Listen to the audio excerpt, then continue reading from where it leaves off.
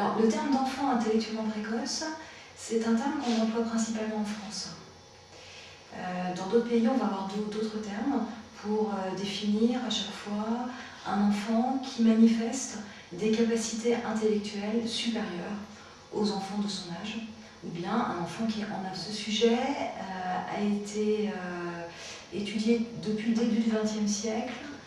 Concomitamment, on a le développement de la psychologie moderne, et au sein de la psychologie, nous avons ce qu'on appelle la psychométrie, c'est-à-dire la mesure de toutes les dimensions psychologiques des individus, et notamment l'intelligence. S'occuper des enfants précoces, donc on va pouvoir appeler précoces à partir des années 70 en France.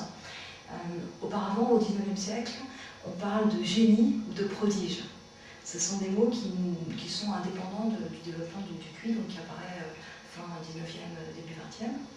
Et puis ensuite, on va avoir d'autres termes, à partir du moment où on aura donc défini le quotient intellectuel, le QI. En fonction du quotient intellectuel, on va parler volontiers d'enfants doués, surdoués, etc. Toute cette série-là, on trouve beaucoup. Puis actuellement, on emploie volontiers le mot haut potentiel. Haut potentiel intellectuel, une personne ou un enfant au potentiel intellectuel. C'est un terme que j'aime bien parce qu'il permet, quand on reçoit un enfant et qu'on emploie ce terme-là, de lui dire tu as un potentiel, et ce potentiel, il n'est pas encore réalisé, c'est toi qui dois t'en saisir pour en faire peut-être une grande réussite dans la vie, ou peut-être pas, et en fonction de tes valeurs, et en fonction de ce que tu souhaites en faire.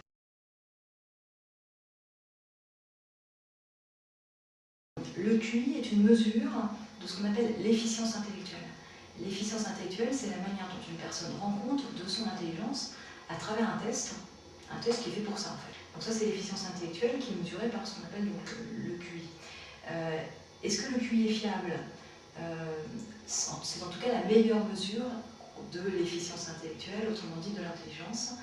Et d'autre part, c'est une des dimensions dans la psychologie qui est la plus stable chez un individu. Alors, il y a d'abord les parents, et puis ensuite l'école, la socialisation suivante. Les parents, je dirais que c'est après coup. C'est une fois qu'ils se rendent compte, à la faveur de la scolarité et de ce que leur renvoie l'école, que leur enfant est différent, qu'ils se rappellent que dans le développement de l'enfant, précocement, il y avait déjà des choses, notamment le développement du langage. Ce sont souvent des enfants qui ont parlé plus tôt que la moyenne. Également la motricité, en fait, souvent, ce sont des enfants qui ont réussi à marcher plus tôt que les autres, etc. Ensuite, on a des intérêts qui vont apparaître tôt, plus tôt et plus fort que pour d'autres enfants.